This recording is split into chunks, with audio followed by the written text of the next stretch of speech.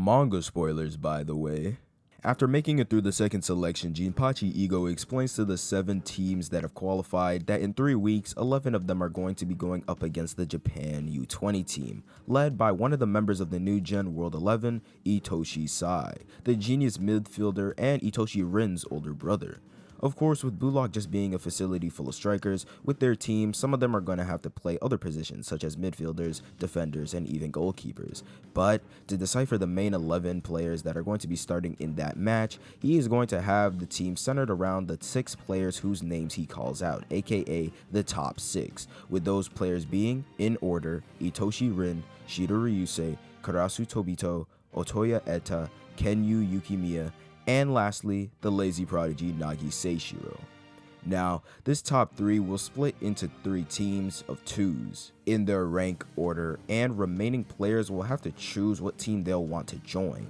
And after that, to make a complete team of 5, they will be added to their chosen team in their randomized groups of 3s. So in short, the third selection is a tryout with the positions as regulars on the Japan U20 team on the line.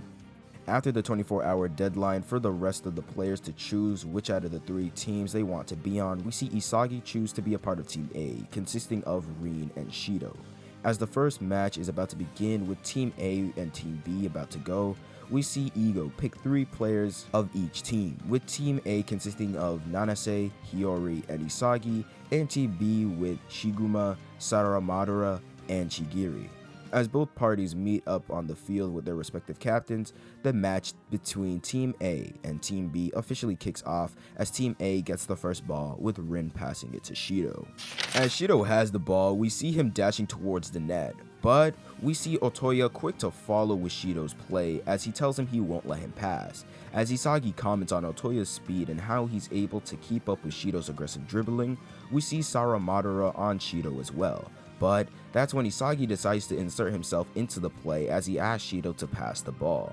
As Shido passes the ball, Isagi tries to make the most of this moment, deciding what's the most logical play he can think of next. And with that, he decides to pass the ball to Rin, with Isagi's plan being to draw out Rin's abilities and insert himself in his play. As they both are able to create an amazing link-up play, the two get past Shiguma with ease. With Isagi thinking that the next pass to Rin will surely get them the goal, we see Chigiri saying to Isagi that he's pretty easy to read as he cuts off his pass. Chigiri then yells at to clear the ball, but that's when Shido charges straight for the ball as he calls for it. Isagi's surprised at Shido's reflexes to react to a second ball, saying how it's not normal. But considering Shido is still surrounded by opponents, Isagi tries to read the situation and work with Shido's movements. And as he tries to get the ball in an attempt to restart their attack again and connect it with Rin, that's when Shido shoots the ball from behind without even taking a second to look at the goal, scoring the first goal for Team A. As Isagi is in complete shock from that goal just now, questioning pretty much everything about it, we see Karasu install this info into his brain as he says that he now understands Shido and how he works, more or less. As we restart the match, with Otoya passing the ball to Karasu, Isagi tries to steal the ball back in order to show off his appeal. And as he catches Karasu looking away with the ball, he decides to try and take it from him. But that was all a part of Karasu's plan as he catches Isagi, keeping him away from the ball.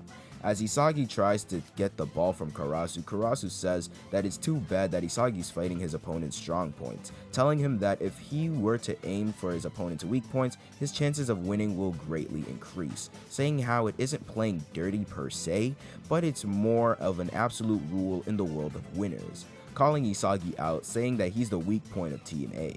Karasu goes on saying how if Isagi is surrounded by good players, he could be able to synergize, but by himself, his coordination is mediocre.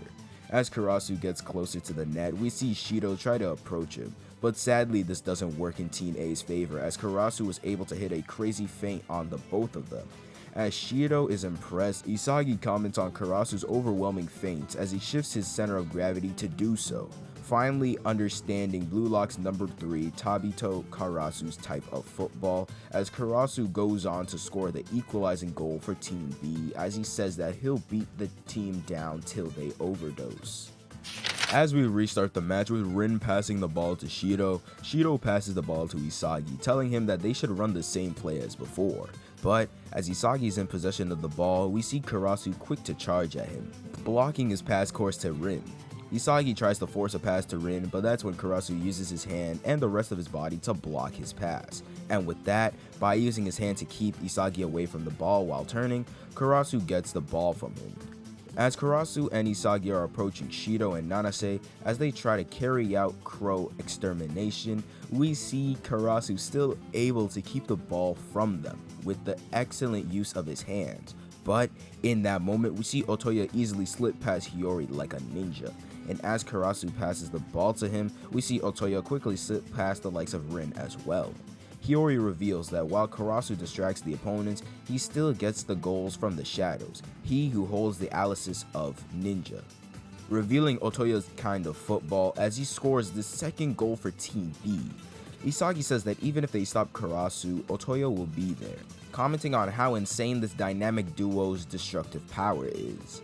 As we restart the match with Rin in possession of the ball, we see Isagi tell Rin to use him again, but Karasu is quick to cut off the pass course, so Rin just ignores him, choosing to pass the ball to Hiyori. As he tells Hiyori to match up with him, Hiyori just tells him to move around. And with that, Hiyori copied Isagi's 1-2 pass play with Rin with ease, coming to the conclusion that Hiyori is really good at passing as they get through Shiguma and Saramadara. As Otoya tells Rin to try and get past him, we see Shiiii run past them, telling Rin to give him the ball. But Shigiri is quick to notice this and tries to cover Shiiii. But right at that moment, Rin gets this sensation as he sees a thread connecting from the ball to the goal. So he shoots the ball, using Shiii's movements as a cover. Rin took advantage, knowing that his movements would be hidden from the goalkeeper. And with that, Rin gets the second goal for Team A with a blind shot. As both Karasu and Otoya are impressed by what Rin just did, Isagi is frustrated knowing that he still hasn't done anything in this match yet. As we restart the match, we see Karasu with the ball telling Shiiii to get out of his way. Shigiri notices that Otoya will stick to wherever Karasu is, and even if he tries to get between those two, if he doesn't move with more agility than Otoya, then he won't get a pass, coming to the conclusion that the place on the field where he can be of use is the right side as he charges towards Isagi. As Shigiri says that he's going to get through the field with his own weapon, we see him start to accelerate his speed even more. Isagi decides to try and stop Shigiri even if he has to push him down, but it's already too late as Shigiri manages to accelerate even more beyond that, breaking through Isagi's grasp. As Shigiri finally gets Karasu to look at him, we see Karasu decide to give our Red Panther a chance as he sends him a pass. As Shigiri gets the ball, Rin is right on him, telling him that he won't be able to escape. But Shigiri notices Otoya charging straight for the net, so he sends him across as Otoya gets the third goal, saying that Shigiri's speed hypes him up. As we restart the match with Shiiii passing the ball to Rin, we see Rin and Hiyori continue to trade passes with each other. Isagi is still frustrated as he knows that Rin isn't even thinking of using him in this match, but he also notices Hiyori's playing style as he frequently turns his head everywhere to assert the situation of the whole field and calmly forming passes with Rin, doing whatever he can, desperately trying to be a part of this match. So Isagi says that what he can do right now is wait for a chance in front of the goal in a point where he can use his direct shot. But no matter how hard he tries to shake him off, Karasu is still on him. As Isagi tries to get out of Karasu's field of vision with off-the-ball movements, Karasu still lets him know that he can still see him. But that's when Hiyori sends the ball in front of the net. And as Rin gets to it, we see Shiiii appear out of nowhere saying that the ball is his as he crashes right into Rin. As Nanase calls them out, we see Shigiri manage to get the ball and pass it to Otoya, where from there he quickly passes it to Karasu as he gets the fourth goal for Team B. As Isagi points out that Rin can reach an optimal play by observing the whole field, while Shiiii finds the strongest play by instinct, they can't link together, being that their goal is the same, but the process to which they get that goal is completely different. And as we see a puzzle piece crack, we see Isagi find a new piece as he says that this is a piece he can use. As we restart the match with Rin still trading passes with Hiyori, we see Otoya in Rin's way, but that's when Isagi runs past them, telling Hiyori to give him the ball. But Karasu is still on Isagi, but that's when Nanase comes through, as he tells Isagi that Rin and Shido's movements are too genius for him, but with Isagi's, he's able to catch up with his movements.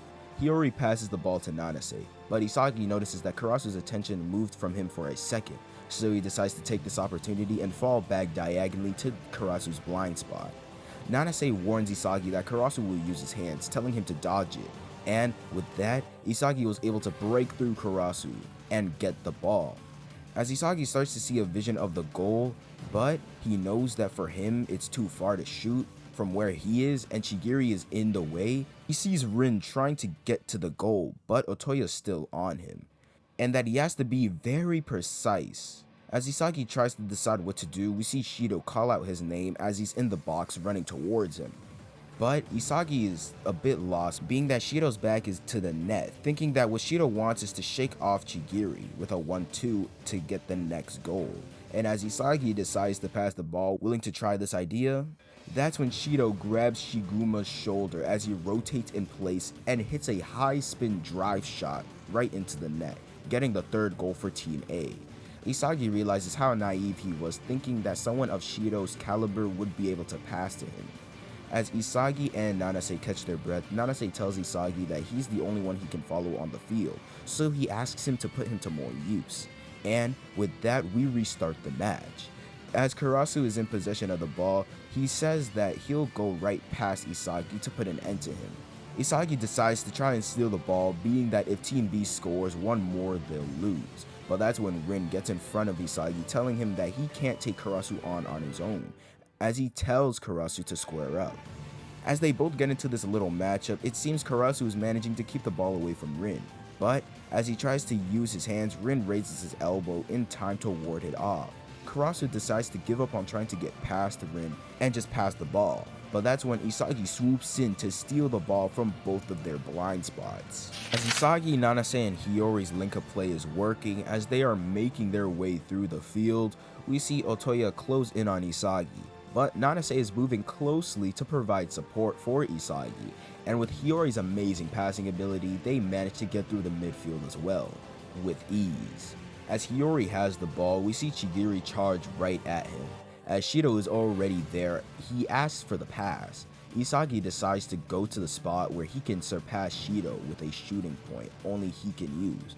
As Hiyori sees this, he sends a crazy cross over Shido right to Isagi. As Isagi envisioned this exact outcome, all he has to do now is to get the goal. But sadly, Isagi was one step behind. Isagi questions whether or not his physical ability can measure up to his visionary plays. Otoya clears the ball, and as the ball lands in front of both Rin and Karasu, as they both are in pursuit of the ball, but luckily for Team A, that final step that Isagi couldn't have reached on his own could be reached by the likes of Rin, as he shoots the ball as it goes for top bins, getting the equalizing goal for Team A. As Isagi and them are able to be useful to both Rin and Shido, asserting themselves while coexisting with their team, Isagi is still frustrated, being that this isn't the kind of football he wants to play. As Hiyori and Isagi talk about how Isagi was one step short in that last play of theirs, Hiyori gives Isagi some great advice, saying how if he only moves after he thinks, it'll be too late. Seeing, thinking, and moving. Doing things in that order may have been fast enough for Isagi so far up until this point. It won't work if he wants to play on the same field as Rin and Shido, suggesting that Isagi should try and do it in reverse, saying it would change the world he perceives currently. And with that, we restart the match. As Karasu has the ball, we see Rin approach him, but after what happened last time, Karasu decides not to take his chances with Rin and just passes the ball straight to Otoya, as he tries to get through with a 1-2. As Isagi tries to close in on Karasu, that is when Karasu decides to send the ball to Chigiri, as the left side is completely free. Or so we thought, as Shido intercepts the pass as he yells out, "The star enters the stage." As Nanase gets the loose ball, we see him send the ball to Isagi. Isagi starts to trade passes with Hiyori, questioning whether or not doing things in reverse is something humanly possible. But he then gets approached by Karasu once again. But that's when Rin calls out Isagi's name, telling him to give him the ball. and as Nanase is also catching up, they manage to trade passes with each other, able to trap and break through Karasu and Otoya. As Isagi sends the ball all the way to Hiyori, we see everyone running towards the goal. Isagi tries to figure out where he should be going, being that if he were to go to a space where Rin and Shido wouldn't be, his body still wouldn't be able to keep up with it. But that's when he stops himself from thinking that way, as he says that this thought process isn't gonna cut it anymore, as he tells himself not to think and to move by feeling, believing in his capability and every nerve and every sensation, and reverse in this moment, as he starts perceiving the field completely different for what he did so far. Yuri sends a cross to the goal, and as we see both Shido and Rin get away from their mans to go for the ball, and as they both have this insane hunger for the goal in their eyes, that's when we see the GOAT Isagi dash between them as he hits an insane direct shot straight for top bin, scoring the 5th and final game-winning goal for Team A. As everyone is shocked and exhausted, and Isagi tumbling on the field, we see the announcer call the match and how it's Team A's win. Isagi is puzzled how he was able to do that just now, but he knows one thing for sure, and that in that moment he definitely, without a doubt, surpassed both Rin and Shido. We then see Ego watching the match, saying the immersive state of a total aggression focus. The flow, as he says that Isagi has set foot on the path to the equation to create miracles, ending off the chapter as well as this match. After the first game of the third selection between Team A with Rin, Shido, Isagi, Hiyori, and Nanase versus Team B with Karasu, Otoya, Chigiri, Saramadara, and Shiguma, with Team A taking the first win, we see Isagi and Nanase in the monitor room. While in this room, Isagi explains his final play to Nanase while watching the recording of the match, saying how first he feinted to the other side before stepping back and stealing behind Karasu, then sneaking into Otoya and Rin's blind spot. Nanase asks if Isagi had all that planned out ahead of time. Isagi answers saying that it's more like as he was thinking and moving, he was reacting to it all. And at the end, while avoiding the space between Rin and Shido, he broke free and shot through them. We then see Hiyori come to the room as he tells Isagi that he wasn't actually expecting him to score, saying how he made that pass thinking either Rin or Shido would pick it up. Hiyori also lets Isagi know that analyzing and reflecting his plays like this is a really important thing for him to do after a game. Isagi then asks Hiyori why he gave him that advice about thinking by reflex, saying he wouldn't have scored without that advice. Hiyori asks Isagi if he's into video games, with Isagi saying yeah, but the ones he usually plays are mainly football related. As Hiyori says that he's a huge gamer, he adds on saying that in a tile matching game like Tetris, you would start off slow, so you have time to plan your moves ahead. But by the end, those moves are way too fast, so you don't have time to think about it. And a play by speed is required to coexist with the likes of Rin and Shido is about as difficult as that. Hiyori goes on saying how the best gamers can process this info at high speed and are able to press buttons to get to their best course of action by reflex, saying how that could also be applied to football. Isagi understands this, as in that moment he could understand where everyone was, what they were planning, what weapon could he use at that moment, and where will the next pass come from, processing all of his abilities simultaneously at top speed. He was able to arrive at the shot point before anyone else. Hiyori says that it was due to the result of everything Isagi has built up until this point, and that it may look like Isagi got incredible out of nowhere, but in reality what he can do all came together in that moment, escalating his speed. Nanase then makes the analogy saying how it's not a new technique and that the software is still the same, but the hardware was upgraded.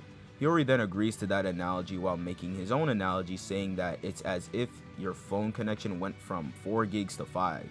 Isagi then thanks Hiyori and Nanase, saying how his last minute play only came into fruition because they were there to support him, and all the right conditions came together at that point. Nanase then admits, saying how he could only really catch up to Isagi in that match. As Isagi asks him for clarification, we see Nanase explain that Rin and Shido's movements felt as if they were from another dimension to him, so he couldn't really figure them out, but in Isagi's case he felt like he could understand what he was going for. Isagi understands this and thanks Nanase for his help, as if it wasn't for him, his options wouldn't have nearly been increased the way that they were. Hiyori hops in, saying that since Isagi managed to score that goal, Nanase and him were able to show themselves off, saying they all did what they could. as all three of them congratulate one another on the tryouts. As now all they can do is wait for the results, we see Hiyori say it's about time as he turns on the TV, saying how the next match is about to start between Team A with Aryu, Igaguri, and Ishikari versus Team C with Yukimiya, Nagi, Gagamaru, Reo, and Tanaka. While preparing for the kickoff, Reo says to Nagi, telling him that he'd better watch him closely, with Nagi replying with sure. And with that, the match kicks off. As this match kicks off, Nagi passes the ball to Reo. We then see him internally monologuing as he says that after not being chosen by Nagi, he's become a bit stronger, saying how he has given up on everything he had to win. Also, he could reach him, but still, he's ahead of him. And that's why he's gonna prove it in this match that he's the only one who should play by his side, as he makes a 1-2 passing play to Nagi, getting past Shido.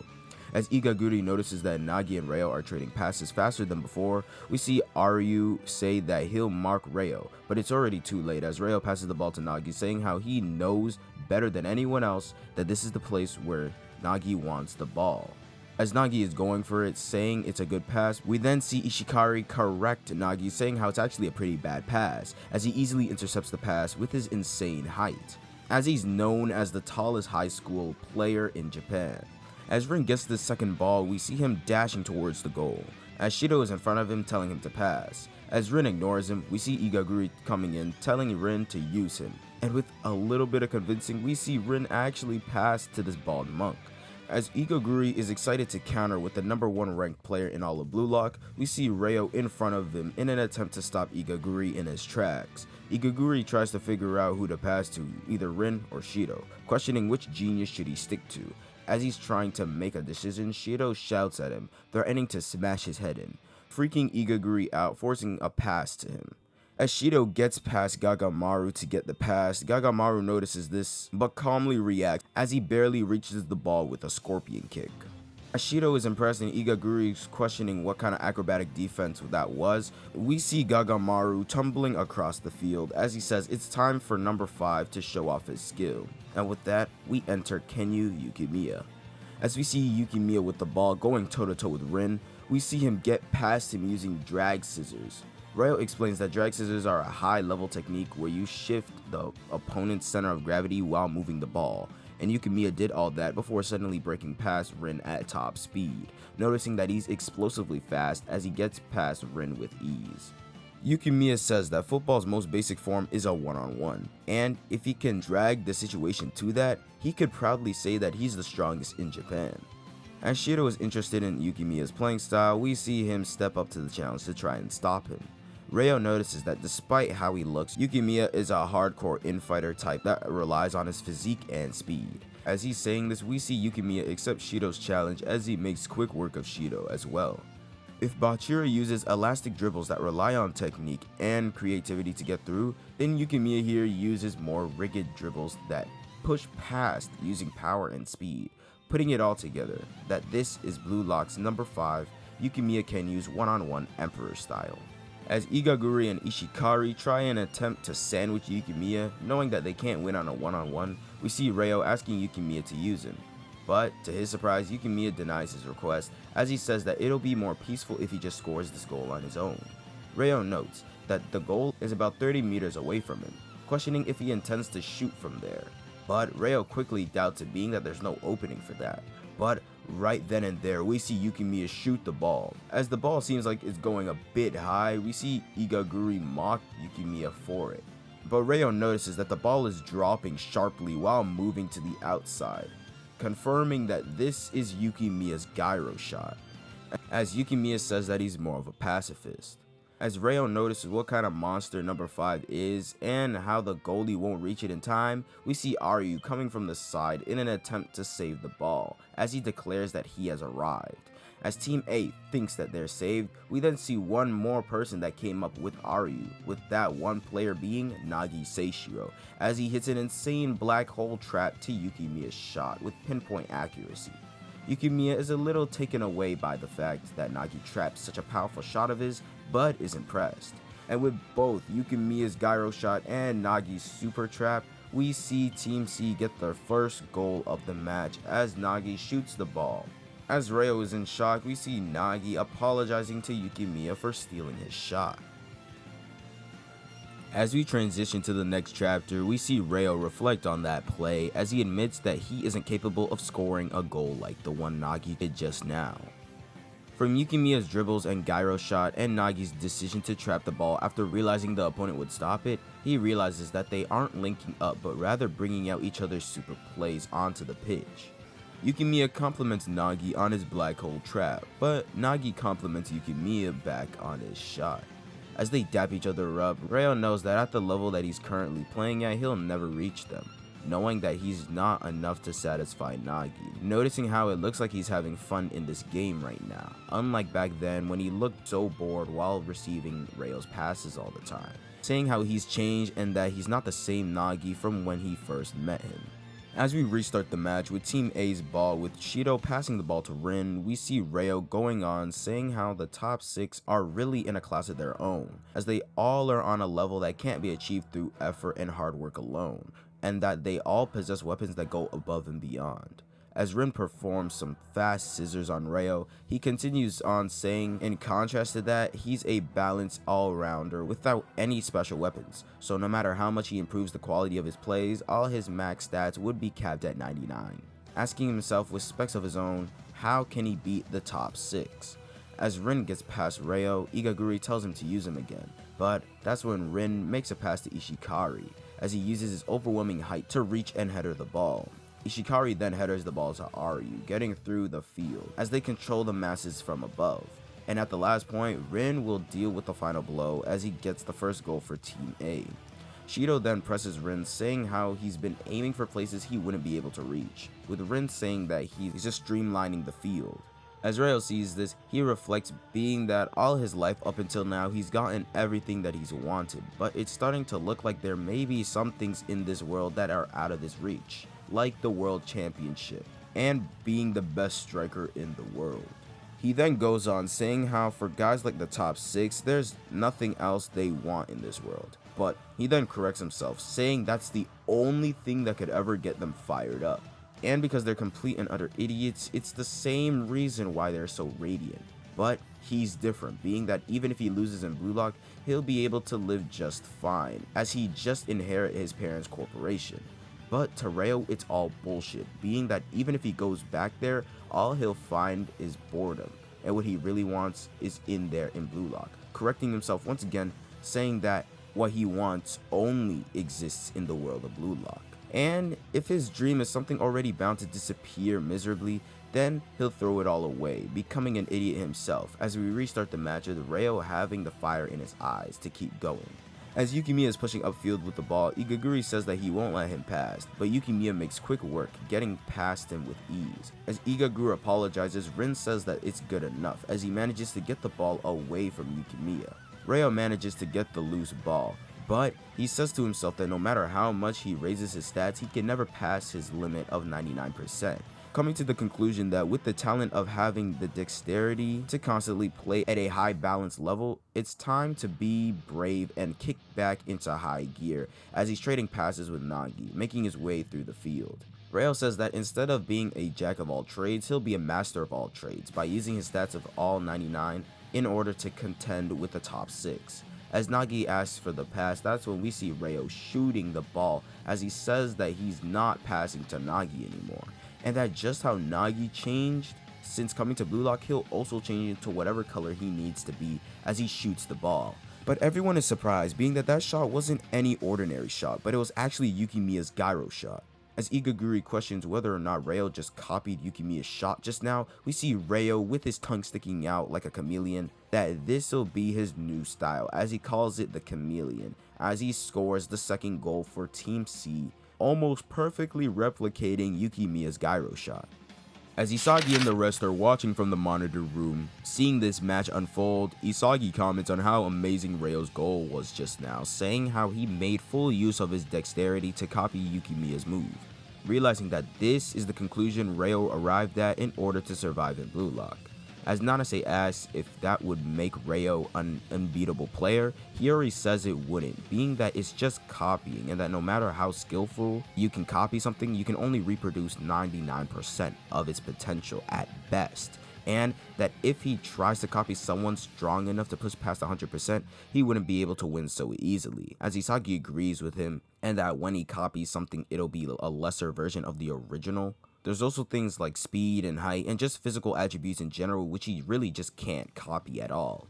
And that he can't see him having any way to get past that, meaning that Reo's new copy style is still an incomplete ability, as we see this game unfold with Rin scoring the game-winning shot for Team A. As Reo is exhausted, we see him reflect that his new ability isn't something that he can win against the top 6 just yet, but he's definitely caught sight of the path he needs in order to take towards his evolution. Nagi approaches Reo saying how they ended up losing, but he says that his goal was pretty nice, and copying the weapon of a great player is such a Reo thing to do with his dexterity, so it's pretty cool. But Reo says it's not enough for the football he wants to play. Nagi then agrees with him, so Reo tells Nagi not to bother with him, telling Nagi to keep waiting for him at the top, saying how he'll become someone he'll want to chase after, and that he won't rest until he gets what he wants in the end, ending off the second match of the third selection.